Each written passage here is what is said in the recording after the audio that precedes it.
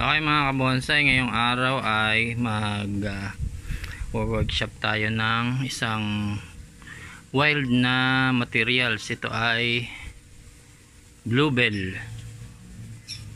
Yan. Nakuha ko ito sa isang hunter na taga Ilocos. So ayan, ito ay nakukuha sa mga parteng Ilocos at sa mga karatig lugar nito. Yan yung bluebell. Matinik siya, kaya medyo mahirap, madugo. Madugo ang workshop natin dito. So umpisahan natin, una natin gagawin ay tatanggalin natin lahat ng dahon. So ayan, simulan na natin. Okay, ito na. Sa pagtatanggal ng dahon, kailangan ganito ang hawak natin. Yan, hahagurin lang paayon doon sa itaas, papunta sa itaas, mula doon sa pinakapuno ng sanga, hagurin lang. Ganyan yung pagtanggal ng sa dahon ng bluebell, para hindi tayo matinik. Yan, puro nakaayon, hahagurin lang natin yan.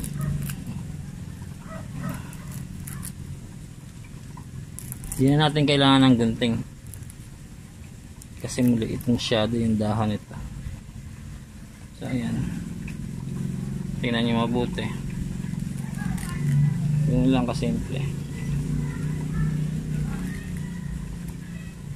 Mukhang madali, pero ang masakit dito yung matinikaw kaya dapat ingat lang sa pagtatanggal ng dahon.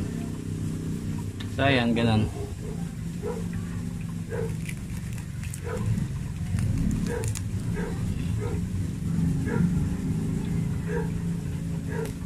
Ganyan lang kasimple mga kabonsay.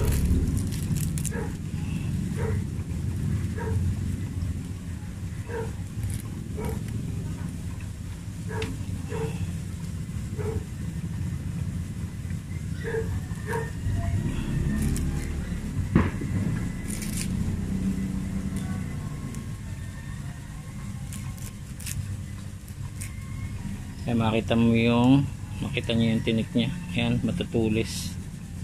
Pero pag hinagod nyo siya ng paganyan, hindi matitinik. Kailangan nakaayon dun sa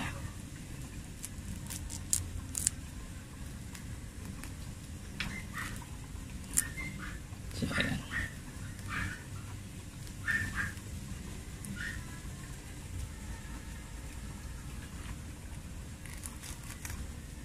Okay, so tuloy-tuloy lang yan hanggang sa maubos. Okay mga kabonsay, konti na lang yung mga natitirang dahon at pinilian ko na rin siya ng sanga. Binawasan na natin para bawas-bawasan yung kapal ng kanyang mga branches. So yan yung mga natanggal nating sanga. Yan, so tuloy-tuloy pa hanggang sa maubos yung mga dahon. Okay, ito na, tanggal na lahat ng mga dahon. Susunod natin ay hahanapin natin kung alin yung magandang kanyang front view. So mapapansin nyo mga bonsai, itong pinakasanang apex nya hindi nabuhay. So ito, na mga natuyo yung sanga. Bali ito, tatanggalin na natin siya.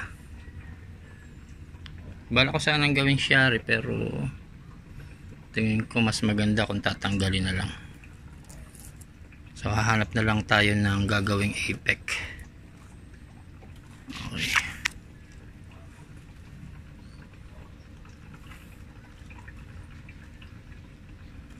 Yan, mas maganda kung tatanggalin na ito dito, putulin na.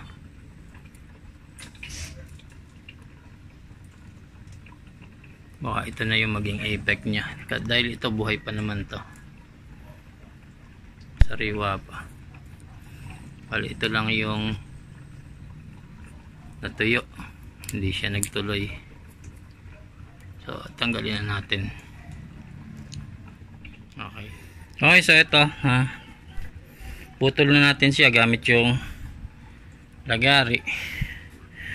So ito, pwede na natin siyang i-wire.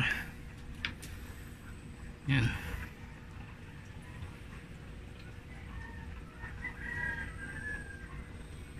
Wiring na tayo. Okay, simulan natin yung pagwa-wire dito sa bandang ibaba. First branch. So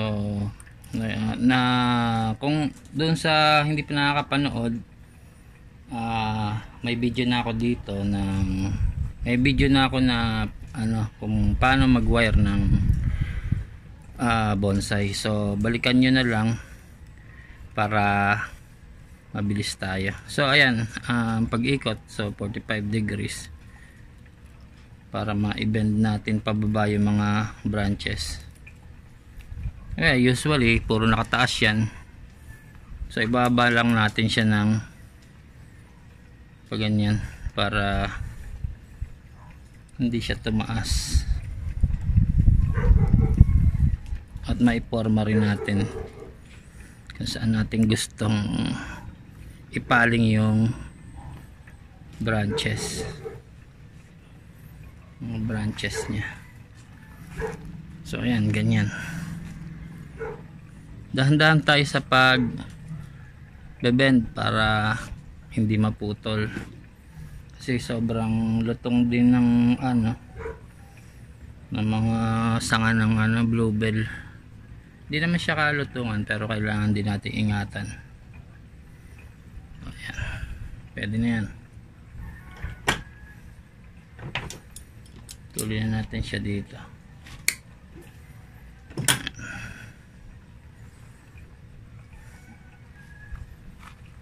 Tapos yung isa,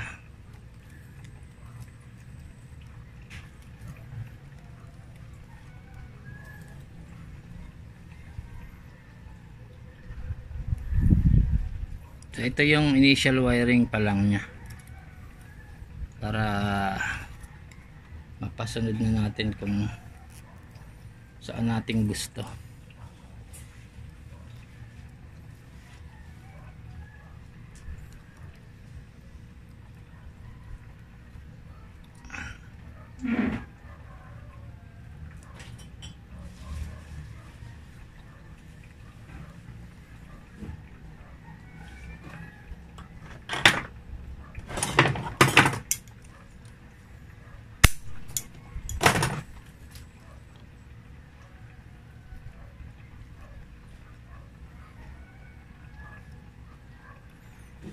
So ayan,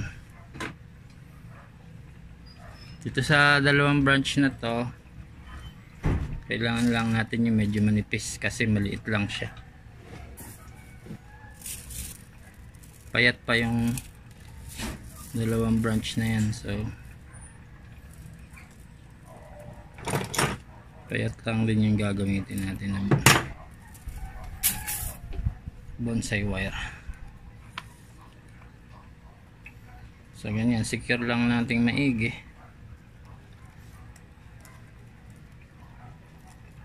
para pagpapalupot natin hindi siya gagalaw-galaw.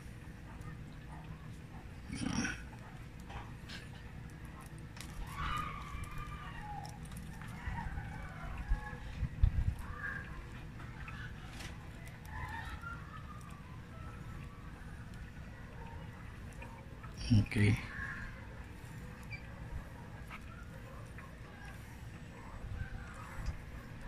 So ayan, ipapalupot ang sanga. Pag malambot pa, kaya nyo pang paluputin na ganyan. Mas maganda kasi yung maganda yung pagkakabend para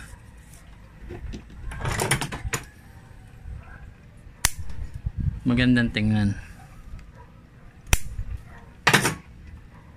So ayan, okay po. Tuloy-tuloy lang yan hanggang sa papunta sa taas. Basta sisimulan natin ang pag-wire sa lower branch, tapos pataas. Okay. Okay, yan po. Halos matatapos na po ito. Kung mapapansin nyo po, ito yung sinasabi kong magiging effect niya. Ngayon, kung hindi man siya magtuloy, kung hindi mabuhay yung pero sana magtuloy kasi sariwa pa naman. In case lang na hindi magtuloy ito, dito na tayo kukuha ng effect. Ito na yung magiging effect niya. So, mas mabuti na yung may nakaabang tayo na effect niya kung hindi man siya magtuloy. Ngayon, kung ito ay mabuhay, mag-adjust na lang tayo dito. So ibababa na lang natin to. Yan na yung gagawin nating effect. Mataas na yan. Okay, so tuloy na natin. Okay, ito na po yung materials nating na-wire. So initial wiring pa lang po ito mga kabonsai. Marami pang pagbabago ang mangyayari dyan pagka depende sa mga tutubo pang sanga.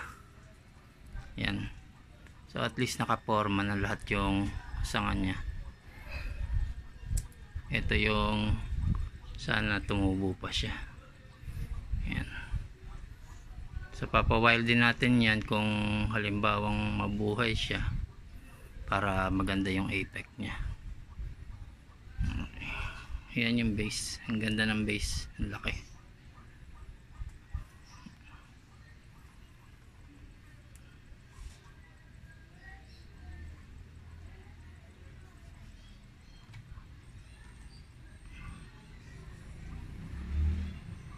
Okay.